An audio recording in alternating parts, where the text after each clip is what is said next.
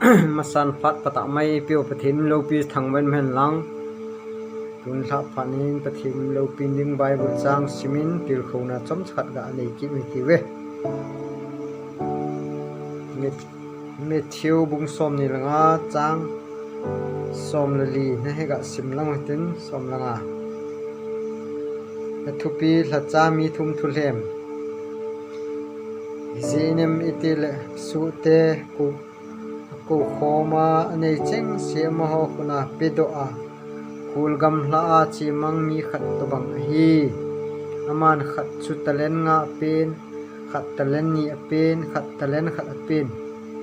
athan zo kham chen sum a pen ki pat to tai bible thing sama pathin chan jar pathei bu pi lang so piula naw tu jan phan hen gil ten gel lew hen minu mi pa bul hlang hello Christian hin khowa imo pu naw pathin duty ap o hi bham itia sun athisan man luta I that do naw wahin itabanga nangman Christain na tu pha mi dinga mal som tu nahi hinam pan na la hinam izat na ve pung hinam ti hi phat khat le ipakai Jesu Christian odit en bolte de hi Jesun nang le na in sungmi nang minu nang mi pa keiman tu ni khwa Christian ka hi asun keima he kalun do hinam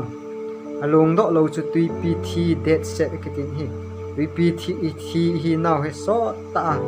the en hi Jesun Christian hin khwa tui pi thi kha deu thil te ja ta kha hi le se in kho abe teng la itun sot mun diu chu ikhen na diu talen khat nga pen talen nga ma ve pungin alon talen ni pen talen ni ma ve pungin he talen khat pe pan wang set ta in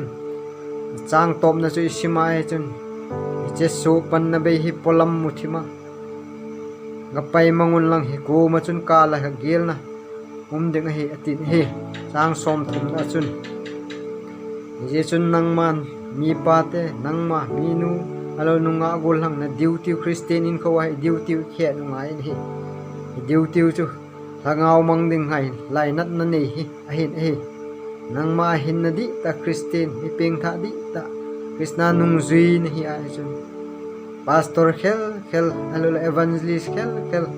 alo le holam ka het di kon khel bolding ai pui hing na nangma Jesu Krista namu china hi chu ngau bang ning ngai na ne Jesu nungjui hi na wa mo pu nei ve hi khet di phat khal le athisan man luta I that do na hai asu mil lo ding he le sen ho be ni le izat na ve pung hinam thagau mang ding izat nangma hen mi nga be na hop na su sa thi nam alo le hi ta su ni chan ni ma na ve pung hinam phat khalle interest cho han don ni teng le nang man na ve pung chu mu ding hai na Jesun in sung I khusung I chanu laina nei ta tau pi a rau mang ning laina na nei hi Christain na thupa to kitu mi peng tha ho Christian di ta ho chan hi ti hi un la pha na mol chom ta kil na ho he thu pathenin chan cha din mal som tha na phathei e bu ta han ngai tha zo se ke pa e chan stan